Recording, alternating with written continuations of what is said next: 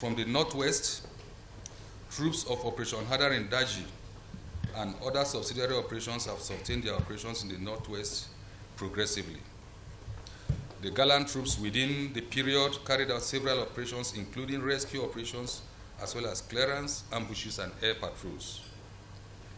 These operations led to the rescue of abducted persons, neutralization of criminal elements, and recovery of arms and ammunition.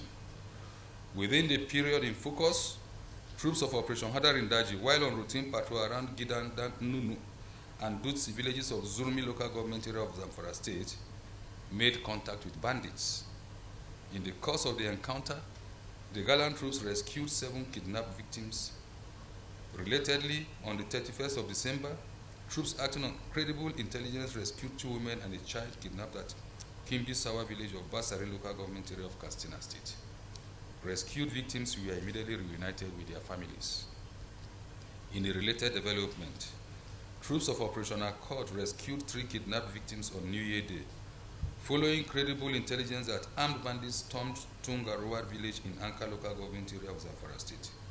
Rescued victims were also reunited with their families. Equally, troops of Operation Sahel Sanity arrested 2 suspected armed bandits on New Year Day, following a tip-off at Marabam Megura in Faskari local government area. Preliminary investigation revealed that suspects had connection with a notorious armed bandit leader in Madachi village of Sabwa local government area. In the same vein, troops of Operation Sahel Sanity on the 2nd of January this year, based on intelligence, neutralized 5 armed bandits at Geringarus. Items recovered include 2 AK-47 rifles, 2 magazines, and 18 rounds of 7.62 special ammunition. Troops have continued to dominate the northwest theater of operation with aggressive fighting and area patrols to deny the criminal elements freedom of action.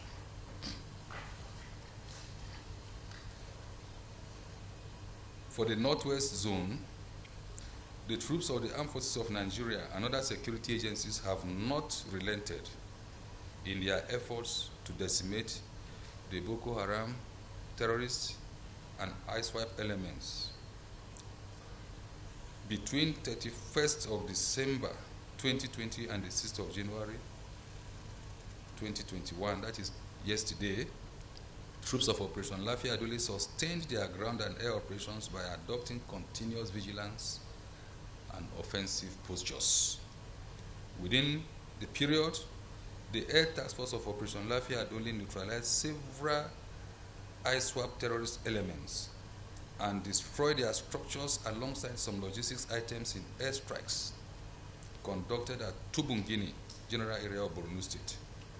This was achieved after a series of area surveillance missions indicated that the structures and logistics items camouflaged under dense vegetation was used as staging area for the criminals and their leaders to meet, from where they plan and launch attacks on troops and civilians.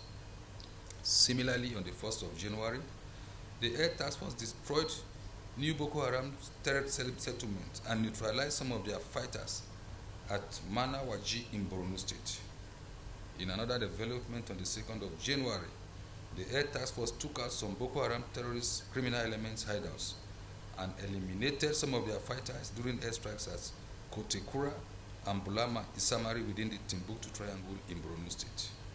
The airstrikes were executed based on credible intelligence reports indicating that the terrorists had established camps at the 2 settlements, where they stored their logistics items as well as plan and launch attacks on civilians and troops.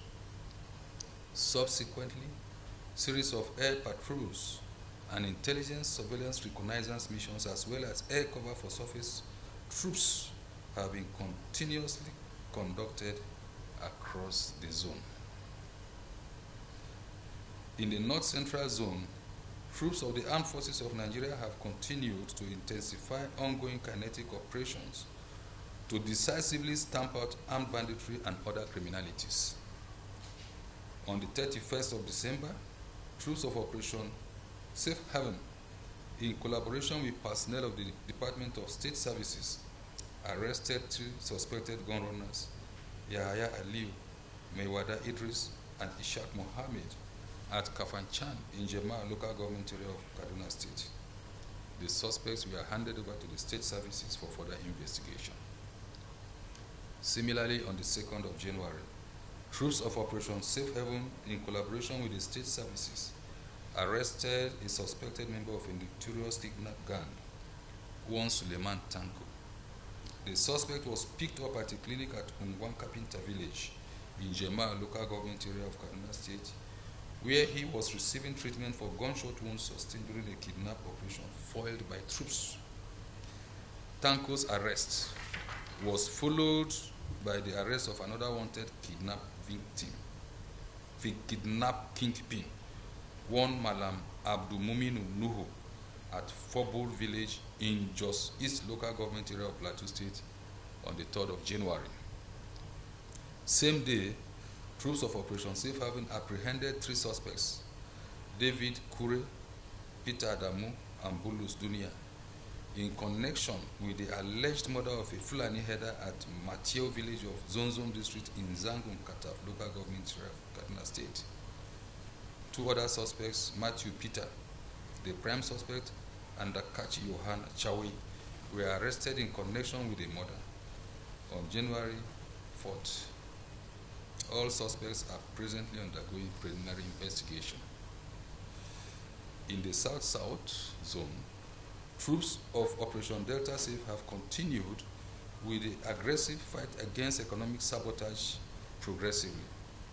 Within the period under review, acting on credible intelligence, Nigerian Navy ship Delta Patrol Team located a boat laden with about 200,000 liters of products suspected to be crude oil. Accordingly, the boats with the products were handled. Equally, Nigerian Navy ship Delta again discovered and immobilized an illegal refining site with 9 storage tanks and 4 ovens containing crude oil estimated to be about 150,000 liters at Olaipese Creek in Warisa local government area of Delta State. The patrol team proceeded further within the same community and located another illegal refinery with 15 storage tanks and 8 ovens laden with substance suspected to be illegally refined automotive gas oil, estimated to be about 250,000 liters. Ladies and gentlemen of the press, the Military High Command encourages the troops and personnel of other security agencies to remain resolute and to sustain the tempo in all the joint operations areas. The High Command also reassures the general public of its untiring dedication towards securing the country.